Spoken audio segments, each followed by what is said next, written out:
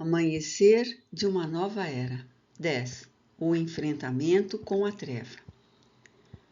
As horas transcorriam em calma, enquanto a noite avançava. Iniciando-se a madrugada, quando os membros da sociedade encontravam-se adormecidos, os diligentes trabalhadores de nossa esfera dirigiam-se a algumas residências, a fim de reconduzirem os convidados para a reunião especial que logo se iniciaria.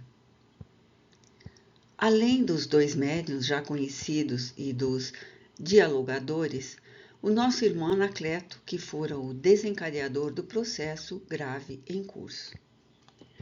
A pouco e pouco foram chegando os companheiros adormecidos, logo despertados, que passaram a tomar conhecimento do programa estabelecido para aquele momento. Às 2h, todos nós encontrávamos a postos, qual ocorre em uma atividade normal de natureza mediúnica em qualquer sociedade espírita, quando nosso mentor explicou-nos. Pensamos que, logo mais, deveremos ter entre nós o Rabino Eliashim Ben Sadoc, ora inteirado de todas as providências defensivas de nossa instituição. Sentindo-se agredido, logo surgirá à frente da sua tropa, desafiando-nos a um enfrentamento mediante as armas da maldade e da destruição a que está acostumado. Não terminara a frase e ouvimos uma voz estridente que vinha de fora, aumentada por aparelho especial, convidando nosso mentor a que saísse, a fim de enfrentar as consequências do seu ato de revide contra as forças de salvação da humanidade, conforme se denominavam ironicamente. A balbúrdia que nos chegava à audição era ensurdecedora. As vozes em desespero misturavam-se aos instrumentos tribais de que se utilizavam, incluindo o som continuado do chofar, qual ocorria nos combates de épocas recuadas que provocavam pânico nos adversários. A voz estrídula e com carregado acento hebraico repetia o convite, culminando com vitupérios e agressividade, destacando-se a palavra covardes, associada à mansuetude de Jesus. Ouvíamos toda a provocação e o benfeitor permanecia em paz, concentrado, sem demonstrar qualquer reação. A sua coragem e dos seus asseclas, enunciava o desafiante, somente se manifesta mediante a traição, a usança dos métodos bárbaros e infames da Santa Inquisição. Gargalhadas ofensivas estrugiam no ar e choviam apodos de toda parte, irradiando vibrações de compaixão que se distendiam além da sala na direção do ofensor. Dr. Bezerra mantinha-se aparentemente impassível ao desafio. Nesse comenos, a voz estentória anunciou: se o cordeiro não enfrenta o desafio, o lobo entra para devorar o rebanho. Houve um silêncio repentino, logo seguido de ordens e sons estranhos, semelhantes aos antigos carros de guerra avançando para combate. Pedindo que nos concentrássemos profundamente, o mentor ampliou-nos a capacidade da visão e pudemos notar que um verdadeiro exército de seres esquisitos avançava em formação de luta. Mentalmente, nosso protetor sugeriu a Hermano que liberasse as defesas da entrada, e à medida que avançava a tropa da ofensiva, atrás em um carro de construção ridícula, algo fantasmagórica e simultaneamente militar, estava o Rabino, cercado de alguns dos seus mais eminentes comandados. A sua estratégia consistia em fazer penetrar as defesas um número expressivo de belicosos, após o que ele também e os seus chefes se apresentariam com toda a agressividade, como se ainda estivessem na terra, tal a alucinação que os tomava por inteiro. Vimos que o primeiro grupo adentrou-se pela sala de conferências, logo seguido do cortejo que conduzia o chefe. Nesse momento, Dr. Bezerra transmitiu ao diretor da instituição a ordem para que fosse fechado o acesso e reforçadas novamente as defesas, enquanto os canhões da torre de vigia disparavam dardos em quantidade, impondo recuo ao restante dos invasores. O importante era que o rabino, desta vez, estava dentro das defesas da instituição com os seus melhores combatentes. Notamos movimentação expressiva dos trabalhadores espirituais. Em ordem, acercaram-se dos limites da sala e, como se a mesma fosse constituída por módulos, empurraram calmamente as divisórias, ampliando-a de forma que várias dependências transformassem-se em um imenso recinto, agora repleto pelos invasores em fúria selvagem e os servidores do bem, que nos encontrávamos na parte oposta à entrada, em concentração e em harmonia.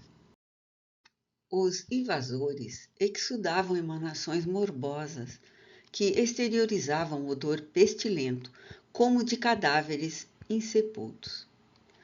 Cães e lobos, alimárias diversas, resguardavam o grupo agressor, enquanto alguns comandantes, exacerbados, gritavam ordens desconexas num desequilíbrio total. Logo depois do que poderíamos chamar como o batalhão suicida, por vir à frente, encontrava-se o rabino e seus chefes, igualmente desequilibrados e paramentados, como se estivessem num combate ancestral do seu povo, misturando os hábitos religiosos com os guerreiros. A nuvem escura que os cobria, defluente das emanações psíquicas dos três variados, era espessa, ameaçadora, que se fazia reabsorvida pelos mesmos, mais os intoxicando. Nesse momento, enquanto os canhonaços disparavam dardos em torno dos invasores em forma de advertência, o rebelde gritou furioso: "Novamente caímos em uma armadilha dos miseráveis seguidores do Cordeiro, como sempre ocorreu na história. Tentemos o recuo apressadamente." Houve uma debandada em todas as direções, sem qualquer alternativa de fuga, porque as defesas encontravam-se reforçadas, não apenas pelas energias defensivas, como também por uma expressiva quantidade de cavaleiros da Ordem dos Templários, vestidos à maneira dos dias do passado, em atitude guardiã em torno do imenso recinto. Emitindo vibrações de amor, ergueram as mãos e, num hino de louvor a Jesus Cristo, começaram a cantar a exortação feita de compaixão e de misericórdia. Imediatamente começou a chover gotas luminosas de fluidos superiores que caíam sobre os rebeldes e os acalmavam a pouco e pouco. A balbúrdia foi diminuindo e, como que anestesiados pelas energias sublimes, derrearam no solo, libertando-se das grotescas armas primitivas que carregavam. Alguns passaram a emoção de paz e choro convulsivo os tomou, enquanto outros permaneceram em silêncio, hebetados, quase insensíveis, mas calmos. Em breve tempo, somente se destacava a estranha aparelhagem que conduzia o chefe e seu grupo de comando. Ele blasonava, sentindo-se traído e miseravelmente sitiado, como se fosse um pária, e não a autoridade religiosa que se atribuía valores que não possuía. Aproximando-se do furioso invasor, Dr. Bezerra de Menezes convidou-o a um diálogo fraternal, aureolado de suave claridade espiritual que o envolvia na condição de verdadeiro apóstolo de Jesus, que o é. Como dialogar com o inimigo? Aqui venho para combater, não para parlamentar. O meu desejo é o da extinção dos infames destruidores da fé judaica, arvorados em possuidores da verdade, tendo como Messias um vagabundo que, ameaçando a hegemonia do Império Romano e a doutrina de Moisés, foi com justiça crucificado como bandido que o era. Notamos que o atordoado visitante apresentava expressivas deformações perispirituais, e os seus olhos avermelhados despendiam raios mortíferos, portadores de energia vigorosa, típica do mal, característica das alegorias demoníacas. À medida que falava, irradiava ondas escuras que se diluíam em contato com os fluidos luminosos, que ora repletavam o salão e que continuavam descendo. Dr. Bezerra, sem nenhuma reação negativa, redarguiu: não serei eu quem irá parlamentar com o nobre amigo, porque reconheço a própria pequenez e a falta de mérito para este momento de alta significação para muitos de nós. Aguardemos que uma voz mais autorizada venha ter conosco em nome daquele que o irmão repele veemente. Nesse comenos, a claridade ambiente foi intensificada, e descendo em nossa direção, surgiu o espírito elevado de Francisco de Assis, vestido com a simplicidade dos seus hábitos medievais, irradiando especial luminosidade. Assessorado por alguns dos companheiros de então, constituía um pequeno cortejo de seres superiores que o amor de Jesus enviava àquele ambiente sombrio e caracterizado pelos desventurados que estorcegavam nos sofrimentos que disfarçavam em forma de anseios de vingança e de loucura. À medida que o apóstolo da pobreza alcançou nosso grupo, exclamações de júbilo, de surpresa, de emoção inesperada surgiram de todos os lados.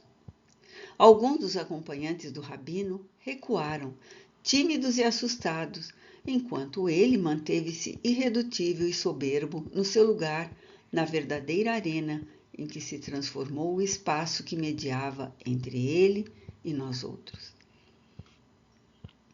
Preservando a distância que fora automaticamente estabelecida, o visitante sublime distendeu as mãos, habituadas à caridade e à misericórdia, e com voz inovidável disse-lhe: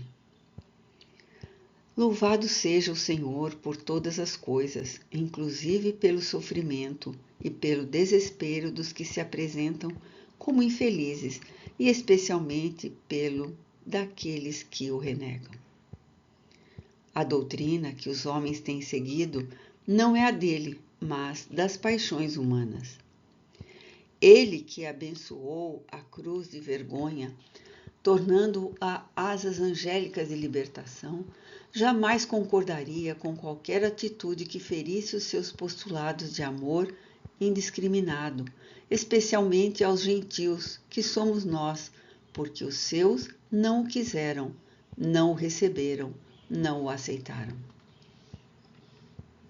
Demonstrando a sua misericórdia, ofereceu as mãos socorristas à mulher equivocada, à adúltera condenada pela lei, aos leprosos do corpo e da alma, sem olvidar de atender aos representantes do sinédrio que o buscaram no silêncio da noite, assim como os poderosos do mundo que dele necessitavam. Sem nenhuma jactância, transformou-se em caminho de redenção para todos que estejam saturados do mundo e cansados das suas ilusões, amparando-os com ternura e afeição. Também o irmão rabino, ele oferece as mãos marcadas pelos cravos da cruz, aplicados pelo sinédrio, que o impôs ao governante romano, rogando perdão para aqueles que o martirizaram nos dias da ignorância que já se vão longe. Não medindo distâncias, nem temendo a reação enganosa dos dominadores terrestres, ele permanece acima de todas as governanças e presunçosas autoridades, pedindo que todos avancemos na sua direção, porque Ele nos espera com um fardo leve e um jugo suave. Este é o momento de libertação que soa para o querido irmão, enganado pela soberba humana e pela equivocada postura de dominador, que é incapaz de dominar as próprias paixões. Adiar esta oportunidade é escrever um doloroso capítulo na sua experiência infeliz por longos séculos. Mesmo o irmão lobo, assim como as irmãs aves, submeteram-se à sua voz quando tivemos oportunidade de os encontrar. Não será, portanto, o irmão rabino, conhecedor das leis espirituais, que pensa e que ama, que se escusará recebê-lo neste momento. Ia prosseguir no seu sublime convite quando os sons extravagantes aumentaram e o invasor inclemente arremeteu com grosseria, expressando-se de maneira chula e imprópria. Tomado de compaixão, sem nenhum ressentimento em relação ao agressor, o pobrezinho de Deus elucidou. Posso compreender a sua dor, porque também nós um dia vimos-nos diante dessa alternativa. Deus ou o mundo? Nosso próprio genitor denunciou-nos ao bispo da cidade como dementado, filho rebelde e extravagante que somente lhe proporcionava prejuízos porque optara pelos infelizes. Naquele momento decisivo, como num relâmpago, pudemos ver Jesus perguntando: quem é meu pai, minha mãe, quem são meus irmãos, senão aqueles que fazem a vontade de Deus? E decidimos ser seu irmão menor. Renunciamos ao Fausto, ao apoio paterno e despimos-nos de tudo que a ele pertencia, envolvendo-me em um manto retirado de uma lata de lixo. Todo quanto é do mundo, no mundo fica, somente nos acompanhando o que é de Deus e dele procede. Não recalcitre, pois, contra o aguilhão, aferrando-se às atitudes perversas daqueles que o maltrataram, iludidos pelo mundo mentiroso, falsamente representantes de Jesus. O ouvinte explodiu num urro de desespero e ódio, retorcendo-se, vitimado pelas dores morais e evocativas da fogueira que lhe consumira o corpo, já no distante século XV. Nunca me esquecerei, trovejou, espumando de ira. Jamais perdoarei, mesmo que me venha consumir nas chamas eternas do inferno. Odeio esse desordeiro Jesus e os seus asseclas, havendo-me prometido no longo exílio espontâneo no Hades, onde me organizo com as forças da vingança a permanecer contra aqueles que o pretendem trazer de volta, pois que preferimos o mundo como é, com as suas malícias e crueldades, desassossegos e paixões pelo prazer. Não me venha, pois, com as suas lamúrias, falando-me de humildade e de despreendimento que não entendo o que significam. O tempo tem-me sido grande amigo, permitindo-me trabalhar na manipulação das mentes de que me nutro, e a muitos dos nossos companheiros sustentam, e que também se comprazem na inspiração que lhes transmitimos, ajudando-os a sair da penúria, do sofrimento e da desgraça que os desnorteiam. O Deus de Israel, poderoso e vingador, é o que tenho como modelo e que me determinou o comportamento que venho assumindo, a fim de submeter pela chibata e ferocidade os gentios miseráveis, que desde a criação estão apartados da sua eleição. Tomado de grande ternura, o nobre Francisco interveio. Que engano cruel de raciocínio serve-lhe de apoio ao pensamento enfermo. Como pode a terra, tão rica de concessões e beleza, neste universo de harmonia, haver sido criada para a desgraça do ser mais elevado que a habita, que é o de natureza humana? Como pode a paternidade divina ser destrutiva desde que é a causa de tudo quanto existe? Será crível que a perfeição produza a degeneração e o desar, que eleja pequeno grupo como sua prole e descarte toda a humanidade que o não conhece e não tem culpa da própria ignorância? O Pai que Jesus nos trouxe é todo amor e misericórdia, sendo que a rebeldia que procede da inteligência humana, ainda em fase de desenvolvimento, tem sido a geratriz do sofrimento, que a fará entender o significado da vida e dos códigos soberanos do equilíbrio e da ordem. Apesar de opiniões diferentes, somos irmãos, procedemos do mesmo útero divino e avançamos para o encontro com a verdade que nos tornará felizes. As palavras eram repassadas de uma ternura infinita e ecoavam na sala como uma especial melodia de amor, sensibilizando os ouvintes amolentados e aqueles outros excitados que iam se acalmando. As tubas haviam silenciado, ouvindo-se, vez que outra, o terrível som do chofar. No desespero que o acometia, o sofrido rabino impôs: tudo são palavras sem significado. Aqui estou sitiado, traído, mais uma vez, havendo tombado na armadilha soez que me prepararam. Vim para a luta, e não para ser aprisionado, e assim mudar de opinião sob a injunção das suas forças de opressão. Exijo que me sejam franqueadas as portas de saída, para que retorne ao campo de ação com os meus seguidores. Serenamente o sol de Assis, repassando pela memória o que faria Jesus em circunstância idêntica, esclareceu: na situação em que o irmão se encontra, não há como impor condições.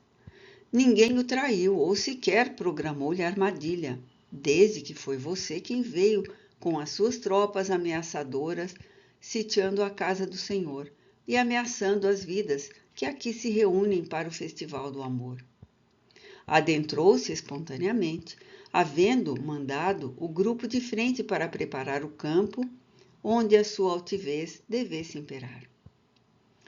Também conheci de perto a guerra nos dias em que estive na terra, e como a minha é a batalha contra os inimigos internos e não os de fora, caí nas mãos daqueles que eu supunha meus adversários, e fui encarcerado, experimentando o opróbrio que me preparou para o chamado do Senhor. Posteriormente, para que eu pudesse amar os irmãos da cidade onde fui reduzido ao que realmente sou, nada. Foi ali, no entanto, que o meu Senhor me libertou e me concedeu a honra de servi-lo. Não lhe parece que ocorre o mesmo em relação ao amigo, que não é combatente, embora cultive a guerra, mas necessitado de luz e de compreensão? Após um breve silêncio no diálogo, interrompido pelo vozerio externo e pelo clamor dos que se encontravam acompanhando o chefe indefeso e violento, asseverou com firmeza: as portas do lar de Jesus estão abertas de par em par e as defesas estarão diminuídas, permitindo que o irmão recue, que volva à sua região de domínio, fortalecendo-se no mal de que se nutre. Assim, prosseguindo, até o momento em que o renascimento no corpo físico o arrebate ao proscênio terrestre, sem apoio, sem lucidez, na loucura ou na hebetação, na paralisia ou na mutilação. Abram-se as portas de acesso a este recinto, determinou com a mesma meiguice de voz.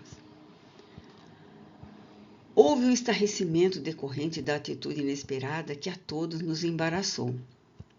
Logo vimos abrir-se a defesa fluídica envolvente e que guardava a instituição.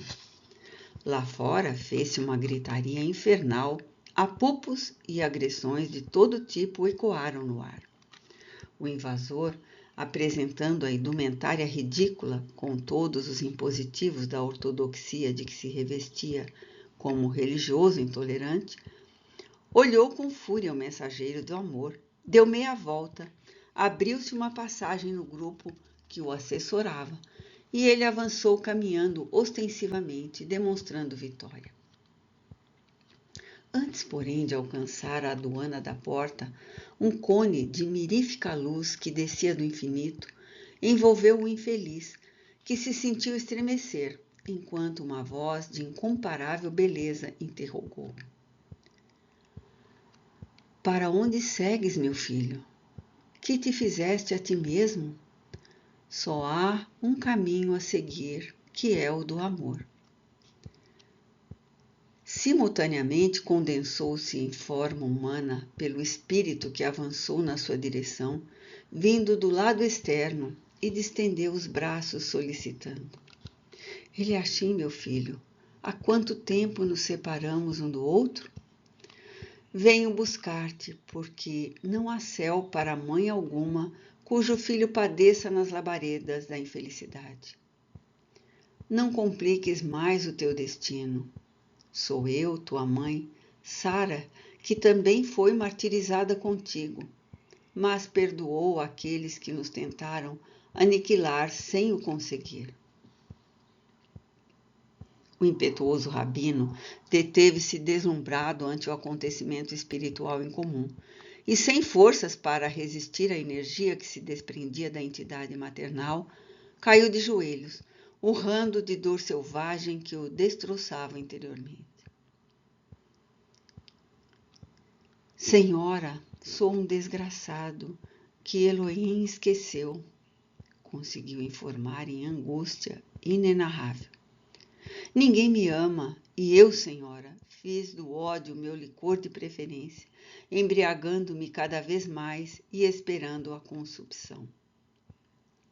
Meu filho querido, a nobre senhora aproximou-se do doente e o envolveu em ternura indescritível, abraçando-o ajoelhada ao seu lado, como somente as mães o sabem fazer.